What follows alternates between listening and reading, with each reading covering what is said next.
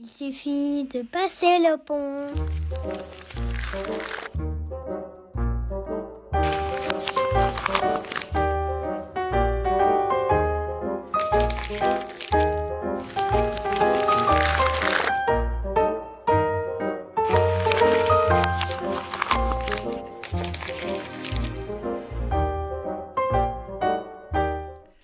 Bonjour à tous et bienvenue, nous sommes donc en direct de l'hôpital Necker comme chaque lundi et j'ai l'honneur et le plaisir d'être avec Marion Fermé. Bonjour Marion. Bonjour Damien. Ça va ? Je suis très content d'être là.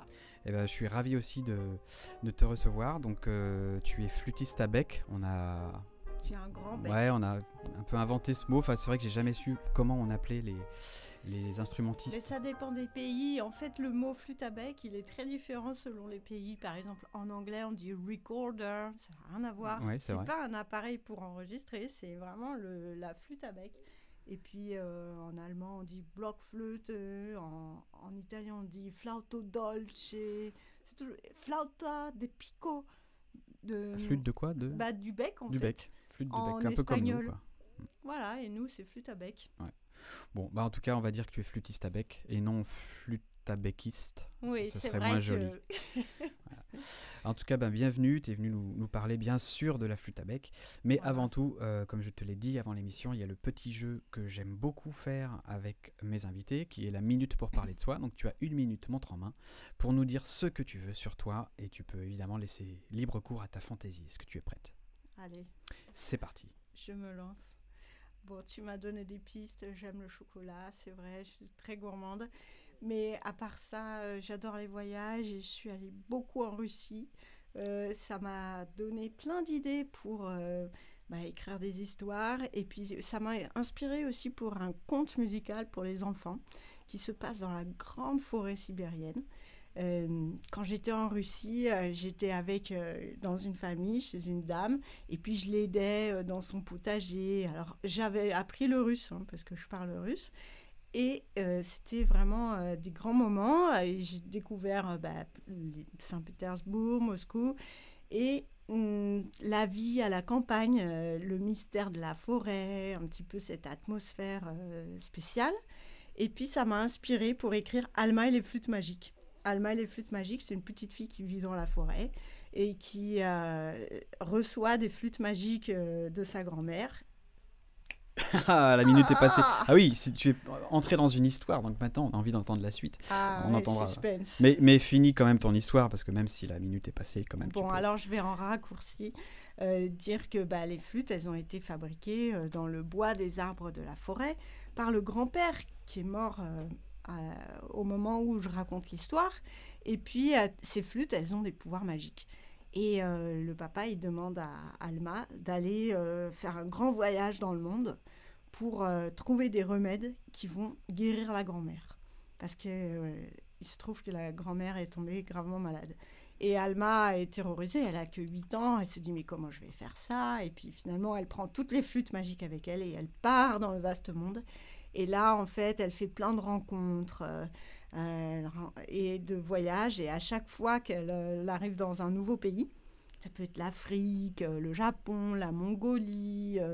Voilà, à chaque fois, il y a un nouveau pouvoir magique qui se révèle. Et qui, par exemple, fait venir la pluie, ou qui fait danser les gens qui n'arrivaient plus parce qu'ils étaient trop vieux ou malades, ou bien qui arrête la guerre. Voilà, alors plein de fantasmes que j'avais dans ma tête pour réunir plein de musiques du monde entier je joue sur mes flûtes. D'accord. Et donc ce spectacle, je le fais pour les enfants régulièrement. Donc tu joues le rôle de cette petite fille. Voilà, je suis Alma. Donc, il faut vraiment que je fasse attention à moi pour ne pas vieillir trop vite, pour feindre d'avoir toujours 8 ans. À l'intérieur que ça se passe. À l'intérieur, l'âge. voilà. Et donc, j'ai un xylophone, je chante, je danse, je raconte toute cette histoire jusqu'au moment où Alma revient dans la maison. Et est-ce qu'elle va guérir sa grand-mère ? Voilà. je ne vais pas dire la fin de l'histoire. Ouais, ce serait bien qu'on puisse avoir l'occasion de voir ce conte musical. Ouais, avec plaisir, Voilà. ce serait super. Ouais, on va essayer de voir si justement tu peux pas nous le donner ici à l'hôpital Necker. Et puis si jamais tu le donnes ailleurs, eh ben, on en parlera. Voilà. Ça c'est sûr. Alors, j'aime beaucoup balayer un peu les préjugés.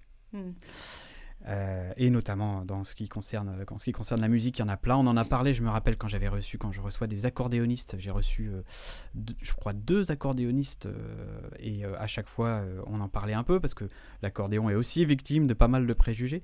Mais alors, si on parle de la flûte à bec, c'est vrai que hélas, l'idée qu'on en a souvent, c'est celle qu'on nous a inculquée au collège, alors que, évidemment, c'est un instrument d'abord extrêmement divers, parce que c'est une grande famille. Voilà. Et justement, tu vas nous présenter un peu les membres de cette famille. Ben voilà. Alors, il y en a qui connaissent déjà, mais il y en a qui connaissent moins. Mais en tout cas, ce qui est sûr, c'est que la flûte à bec, c'est un instrument qui remonte déjà à 2000 ans. Donc, on en trouve au Moyen-Âge. Mais même avant la préhistoire, les premières flûtes, elles étaient faites dans des tibias, des os. Hein. Donc c'est quasiment le premier instrument quasiment inventé, avec les percussions certainement. Avec les percussions sur les pierres et tout, les hommes dans les cavernes se sont mis à prendre des os, faire des trous et puis souffler dedans, voilà. Et donc au fur et à mesure, on l'a fait en bois, un matériau un peu plus fragile. C'est pour ça qu'il en reste peu. Hein. Évidemment, le bois, ça résiste très mal au temps. Ah oui. Hein, Et en plus, comme on souffle dedans, vous avez l'humidité de l'air qui abîme le bloc. Donc, c'est pas comme un violon où ça se conserve peut-être 2 siècles bien, si on fait attention. Les flûtes à bec qui sont dans les musées, on peut en jouer, mais souvent, elles sont abîmées. Donc, moi, je voulais vous expliquer comment ça fonctionne. Alors, je vois que tu en as amené 5 ou 6. Ouais, voilà. J'ai amené un petit flutio aussi comme ça, vraiment rigolo. Ça, c'est vraiment le principe de base. Hein. C'est un bout de bois percé. Et puis là, on a mis un petit bloc et puis ça fait un sifflet.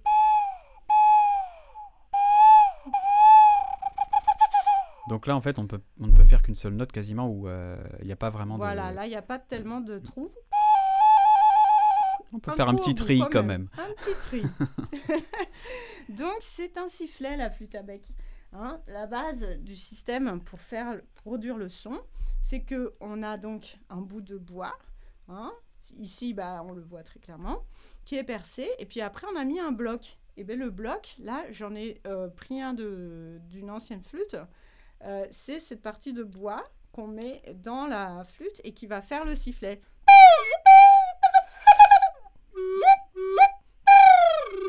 Donc, c'est vraiment un instrument avec lequel les premiers sons sont hyper faciles. Donc, c'est pour ça aussi qu'on les donne dans les écoles, parce que a priori, tout le monde, en soufflant dedans, va faire un son. Oui, si on mettait une trompette, ce serait... Oui. Ouais. Oui, parce que j'imagine, c'est pas parce que finalement la flûte, c'est un peu comme le piano, j'ai envie de dire. C'est-à-dire que quand on appuie sur une touche, on a notre note qui est préfabriquée. Mais c'est pas parce qu'elle est préfabriquée qu'il ne faut pas derrière la travailler pour qu'elle soit jolie. Voilà, parce qu'en fait, la difficulté avec cet instrument, ça va être de doser le souffle, bien sûr. Et puis, on a les trous. Donc, on a un trou derrière là pour le pouce. Et puis... un trou pour chaque doigt. Cette flûte, elle est particulière, elle a des clés. Mais donc, on souffle, on met les doigts.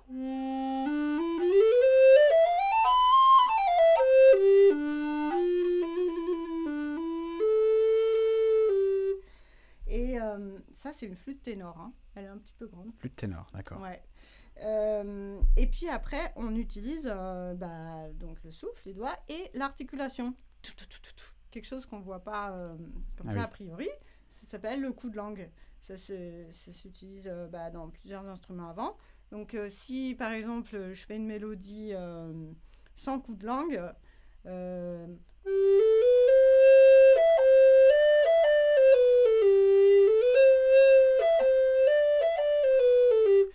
on a du mal à distinguer quand même. Tout est lié, on tout est un petit peu, mais c'est beaucoup moins clair que si on fait...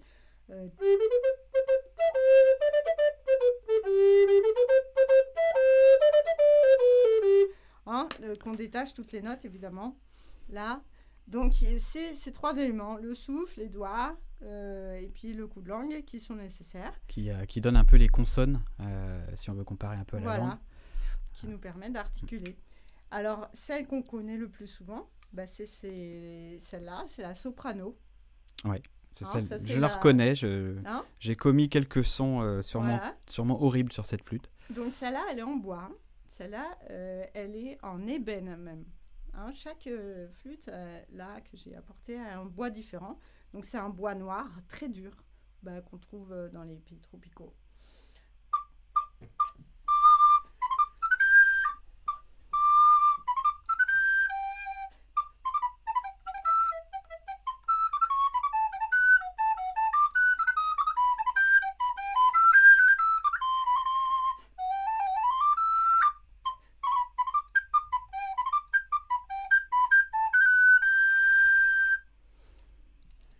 Léger et fruité.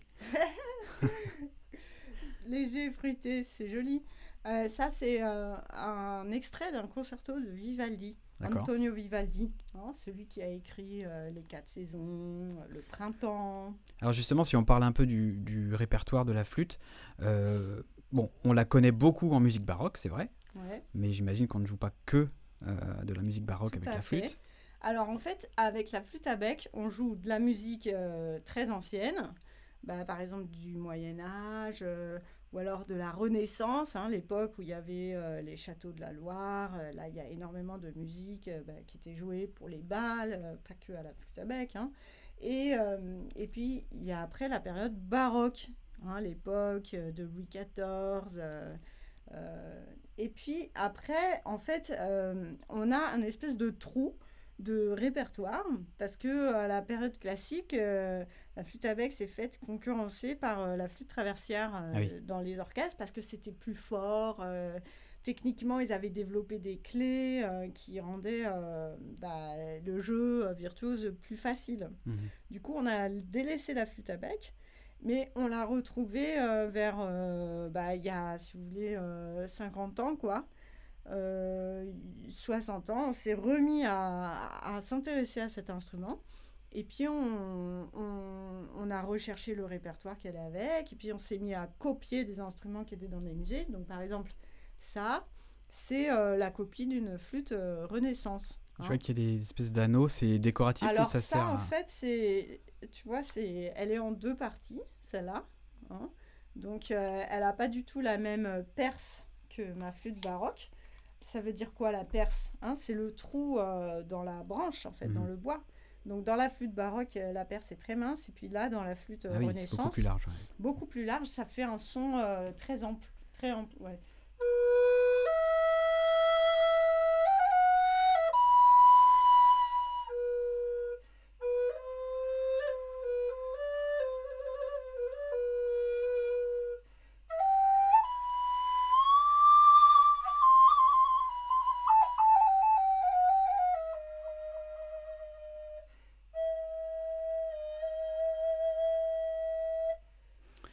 Je vois que des fois tu bouches à moitié les trous, c'est pour faire des petits effets ou des... Exactement. En fait, on peut faire des vibratos avec le doigt comme ça.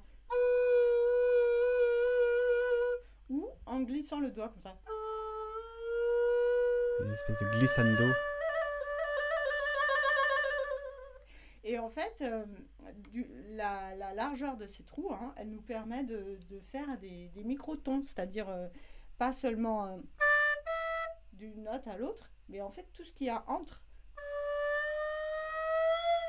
Oui. Un peu comme dans les musiques orientales, oui. Où on a d'autres échelles que la gamme. Mais alors le vibrato à la flûte à bec, ça se fait uniquement avec les doigts et pas avec le souffle, ou ça arrive aussi? On peut tout faire avec le souffle. En fait, en soufflant plus ou moins fort. Imagine que, tu vois, je veux faire voler une petite plume devant moi, mais sans qu'elle tombe. Alors, je vais faire...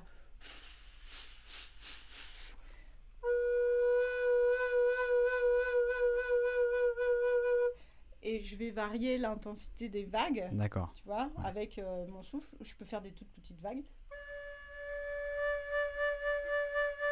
Ou des grosses vagues. Et alors là, la note, elle va monter aiguë ou grave. Ah oui. Ça, avec la flûte à bec, en fait, quand tu souffles fort, bah, la note monte. Ouais. C'est pour ça, souvent, on dit c'est faux. Mais parce qu'il faut apprendre à souffler juste ce qu'il faut. Ah oui, on peut ajuster la hauteur de la note avec le souffle aussi. Voilà. D'accord. Ouais. Ah ouais. Alors, donc comment s'appelle cette flûte Alors, que tu viens de celle-là, elle est spéciale. Hein. C'est une flûte, d'abord, c'est une alto. Hein. Dans la taille, on dit alto, parce que ça, c'était soprano. Ça, j'ai dit c'est alto, et puis ça, c'est ténor. Et cette alto, vous voyez, elle est pas baroque, elle est Renaissance, elle n'a pas d'ornement particulier, elle est toute lisse. Et ça s'appelle une flûte Ganassi. En fait, c'était une famille qui habitait à Venise en Italie, qui fabriquait beaucoup d'instruments. Et puis, ces gens, ils ont fabriqué ce type de flûte. Ils fabriquaient un petit peu aussi des flûtes traversières toutes droites. Et ils ont développé ce modèle qui est resté une référence pour la flûte alto. Parce qu'en fait, à la Renaissance, la flûte la plus aiguë, c'était celle-là. D'accord. Voilà. Ah, mais tu vois, regarde, je l'ai aussi, le même modèle en soprano. Ah oui. Tu vois. Et donc, on jouait en consorte. Donc, avec plein de flûtes différentes, de tailles différentes, parce qu'il y en a des encore plus grandes. On a comme un orchestre où ça sonne presque comme un orgue, en fait. Ah oui, bah oui, parce que c'est des tuyaux. Des tuyaux aussi, ouais, effectivement. Qui fonctionnent pareil. Ah ouais. Donc, il y a des orchestres composés uniquement de flûte à bec. Tout à fait. Alors, en France, pas beaucoup, c'est vrai. Mais un petit peu. Mais beaucoup en Allemagne. Et j'ai habité longtemps en Allemagne. Et donc, je me suis familiarisée avec ça. Donc, tu as des orchestres d'amateurs de toutes les générations, hein, des jeunes, des retraités, des adultes qui se regroupent et puis qui jouent ensemble avec des flûtes de toutes les tailles. Hein. Et puis, elles peuvent être très grandes, les flûtes. Hein. Ouais.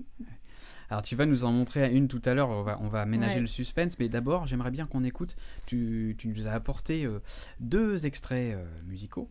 Donc, peut-être tu peux nous en parler un tout petit peu. Alors, le premier, c'était la gigue du génie turc. Alors, si je dois traduire le titre, Giga al Genio Turcesco, je n'ai pas d'accent du tout.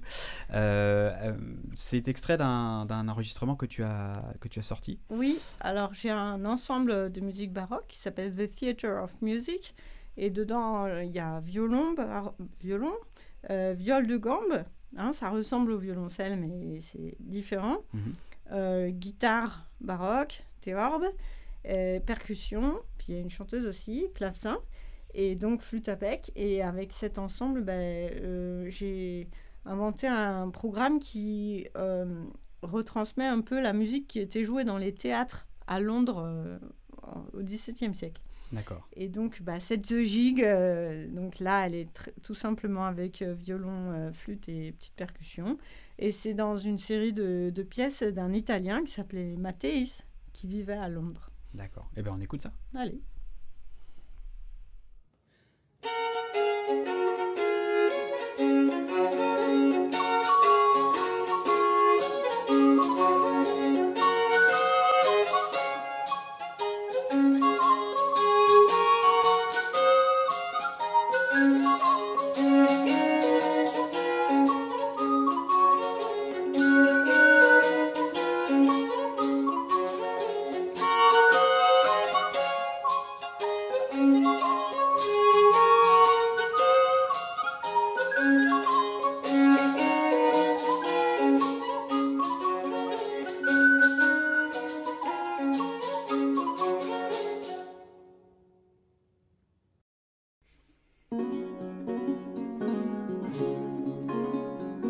Courte gigue, effectivement, donc de Matteis. Ouais, Nicolas Matteis. Nicolas Matteis. Voilà. C'était un violoniste.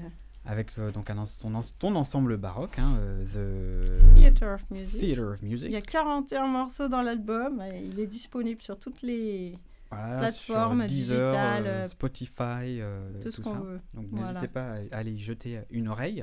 On mettra les références dans la description de la vidéo sur notre chaîne YouTube. Donc, et tout à l'heure, on passera un deuxième extrait d'ailleurs, je pense, de ce même album, il me semble. Ouais. J'aimerais bien du coup qu'on aille un peu dans les graves. Ah, Alors, volontiers. Parce que j'ai vu que tu as apporté un instrument... Une flûte très spéciale. Exactement. Alors, Quand j'ai vu cette flûte, je me suis questionné, car je n'avais jamais vu ça alors auparavant. celle-là, ça c'est une grande basse en do. Hein, en fait, elle est cubique. C'est ça qui est rigolo. Et le bec, tu vois, il se détache comme ça. Ah oui. Donc, en fait, ça c'est mon sifflet. Mais ça va rien donner, hein, si je souffle comme ça.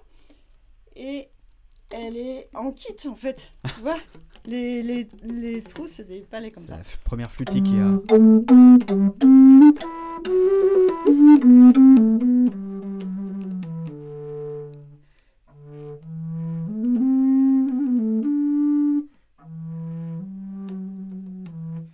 Donc, je peux même faire des effets rigolos.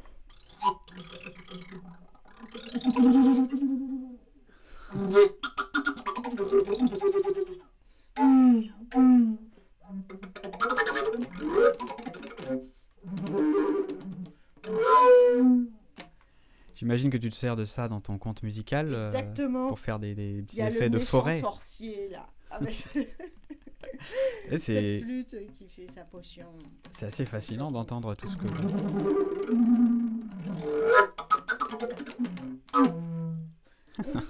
On dirait presque aussi une basse-cour à un moment donné. Ou à un moment donné, on aurait dit un hibou. Ah oui, là, l'oiseau. Donc, c'est une flûte, en fait, elle a les mêmes notes que celle-là, en fait. Ah ouais. C'est aussi une flûte en do, mais... Quoi, c'est 2 octaves en dessous? Elle est 2 octaves plus grave. Ouais, D'accord.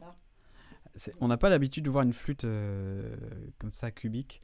Non, et en fait, ça se fabrique, et donc celle-là, elle est assez grande, mais il y en a des beaucoup plus grandes encore. Il y a des sub-contrebasses comme ça, alors j'en ai pas malheureusement, mais ça fait des sons aussi graves qu'une contrebasse d'orchestre. Ah oui, on n'a pas l'habitude, en tout cas moi, je n'ai pas l'habitude d'entendre ce genre de son de flûte à bec finalement, mais très grave. Ah oui. Et c'est assez... c'est pour ça que dans les ensembles, c'est vraiment chouette de pouvoir avoir... tout le registre, hein, du plus grave au plus aigu, parce que tu peux jouer plein de musiques d'orchestre. Ouais, voilà. Bien sûr. Ouais. Alors tu vas nous jouer quelque chose? Allez, je fais un petit air.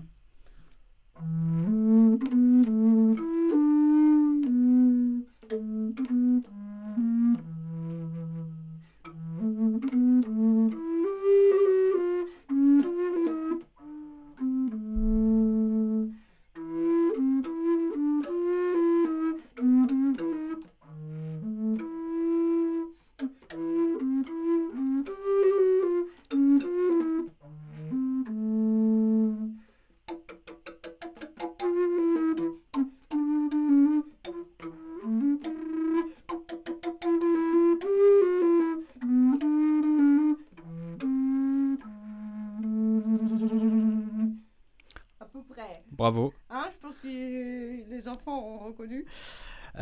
C'est quoi, c'est Harry Potter? Harry Potter, le thème des fiches. Ah bah voilà, là, là tu as fait plaisir à tout le monde. J'avais joué ça une fois. En fait, dans la musique de Harry Potter, il y a des parties pour flûte à bec. Dans le prisonnier d'Azkaban, il y a 2 flûtes à bec. Et alors là, c'est la fois où j'ai joué devant le plus de monde. Hein. C'était au Palais des Congrès.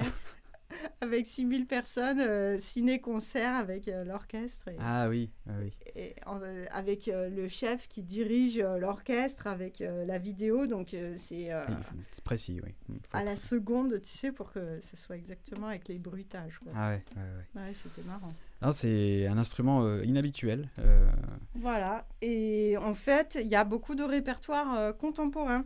Hein, pour la flûte à bec, donc tout à l'heure j'ai expliqué qu'il y avait la musique ancienne, il n'y avait pas tellement de musique dans le répertoire classique, Mozart, tout ça on n'a pas tellement, mais par contre la musique contemporaine, ça veut dire qui est écrite aujourd'hui ou bien il y a 40 ans quoi. Là on a plein de choses, là on a plein de répertoires. Tu aurais des exemples à nous donner? Ah bah oui, enfin il y a Luciano Berio qui a écrit une fameuse pièce pour flûte à bec. En fait, il y a des centaines de pièces. Il y a des centaines de Ah, donc pièces. la flûte à bec a inspiré à nouveau les compositeurs du Voilà, XXe parce siècle. qu'en quoi. fait, ils ont remarqué, mais ouais, c'est vrai, on peut faire plein de sons marrants.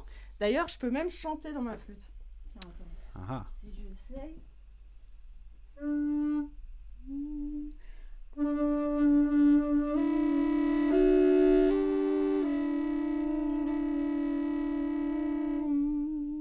Ah oui.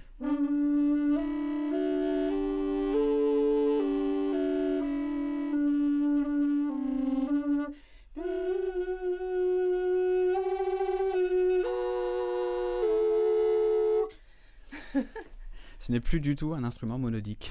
C'est vrai. Intéressant. Mais on ne pourra pas faire tellement plus. Par contre, je peux faire 3 sons à la fois. Alors là, attention aux oreilles. Mais...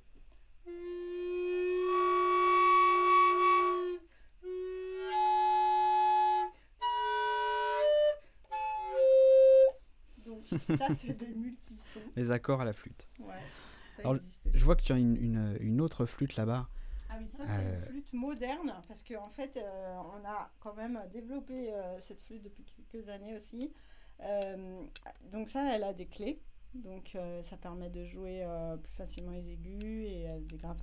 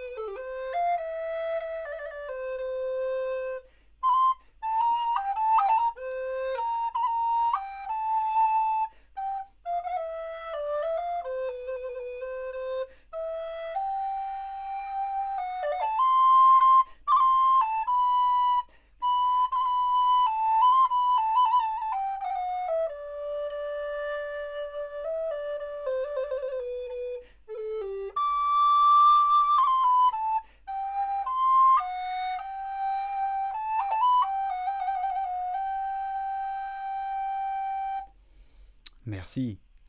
Ça, c'était un air de Georg Friedrich Händel. D'accord. Explique pour justement les jeunes là, qui nous écoutent et qui nous regardent, les clés exactement, à quoi ça sert et En fait, quelle est les leur clés, utilité. elles servent à boucher les trous qu'on ne pourrait pas atteindre avec les doigts. Parce Ah que oui. tu vois, plus la flûte est grande, plus le trou du bas va être loin. Donc, en fait, là, le trou, il est là. Impossible que je le bouche avec mon petit doigt. Donc, on a mis des clés. Voilà. Et plus les flûtes sont grandes, plus il y a des clés. Et le système des clés, il est apparu à la Renaissance déjà.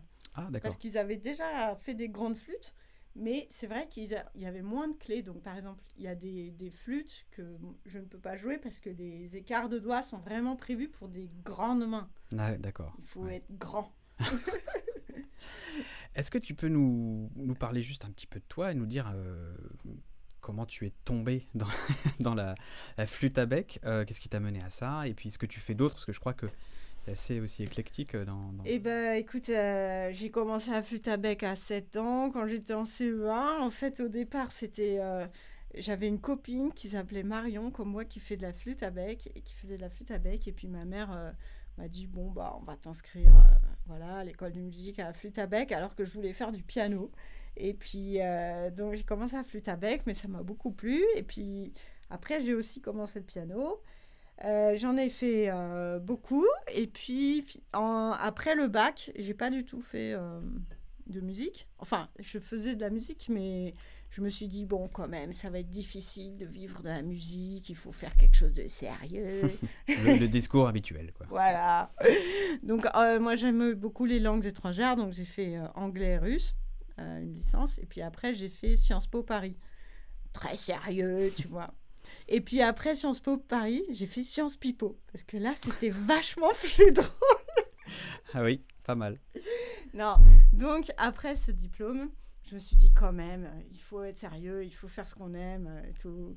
Sinon, je J'aime vais bien que tu regretter. emploies le mot sérieux pour ça. Il faut être sérieux, il faut faire ce qu'on Il aime. faut faire sérieux, il faut faire ce qu'on aime, non? Parce que quand même, on n'a qu'une vie, quoi. Alors, finalement, j'ai pris le risque et puis je suis rentrée au conservatoire en Hollande. D'accord. Parce que c'est un pays très intéressant pour la musique ancienne Mhm. et la flûte à bec. Voilà, puis je suis partie habiter là-bas. Après, j'ai habité longtemps en Allemagne, etc. Sinon, maintenant, j'enseigne au conservatoire du 14e. Voilà, du 14e arrondissement à Paris, conservatoire Darius Voilà. Milhaud, Voilà. qui a un partenariat avec l'hôpital. Donc c'est vrai qu'on a vu, j'ai reçu quelques-uns de nos collègues Et oui. dans cette émission. Donc voilà, classe de flûte à bec là-bas. Et puis sinon, j'ai un duo accordéon flûte à bec avec qui je fais pas mal de concerts là. Ça s'appelle le duo Invento. D'accord. On lance justement un CD prochainement. On va enregistrer un disque avec D'accord. de la musique de Jean-Sébastien Bach. Mais on fait aussi de la musique des Balkans, tu vois, et contemporaine. D'accord. Et Comment puis, s'appelle ton partenaire ou ta partenaire? Ambre Vuillermoz. D'accord. Hein, une amie accordéoniste. Et sinon, il y a cet ensemble, The Theatre of Music, pour la musique anglaise. Et sinon, ce conte musical, mais je fais aussi d'autres répertoires. Par exemple, j'ai un groupe d'improvisation avec des collègues. Et là, rien n'est écrit, on improvise, donc on ne sait pas ce qui va venir. Mais là, je joue donc avec piano, saxophone, guitare électrique et violoncelle et d'autres instruments électroniques. Et c'est vraiment à chaque fois l'aventure, quoi. Et vous faites ça en public ou pour l'instant c'est... Des fois en public, on a enregistré un disque, voilà. Mais c'est vrai que... Tiens, on a joué aussi dans un hôpital une fois. On répète pas mal, mais on aimerait bien se produire. D'accord. Voilà, ça s'appelle CIL. CIL. C-I-L-S. D'accord. Ouais, collectif d'improvisation libre. Pas mal. Ouais, c'est très CIL. sympa. D'accord, est-ce que vous avez aussi un site internet ou quelque chose qu'on peut poster écoute, je t'avoue que ça va venir. D'accord. C'est déjà pas mal de choses à suivre. Et je te propose que, pour terminer l'émission, parce que je vois que le temps passe, qu'on passe le deuxième extrait musical que tu as prévu. Donc, Goddesses. Goddesses, les voilà, déesses. Les déesses. Une petite danse anglaise. Ouais. La country dance. Le même ensemble que tout à l'heure. Hein, donc, voilà. The Theatre of Music. Chaque fois j'oublie. Et puis là, alors si j'ai bien compris, c'est une mélodie qui a été transcrite. Donc une mélodie au départ anonyme, on ne sait pas qui l'a écrite. Voilà, parce qu'en fait, il y avait plein de danses ou de mélodies qui servaient à faire danser les gens, qui n'étaient pas forcément écrites ou alors avec un compositeur. Et puis il y a un monsieur qui s'appelle John Playford qui les a récoltées et qui a fait plein de livres avec des centaines de mélodies comme ça. L'une d'elles, elle s'appelle Les déesses, Goddesses. Et donc tu as transcrit, tu as arrangé voilà, j'ai ça. écrit les variations, la basse, et puis en fait on a fait tout un petit set de danse. Très bien, et on écoute ça. Allez.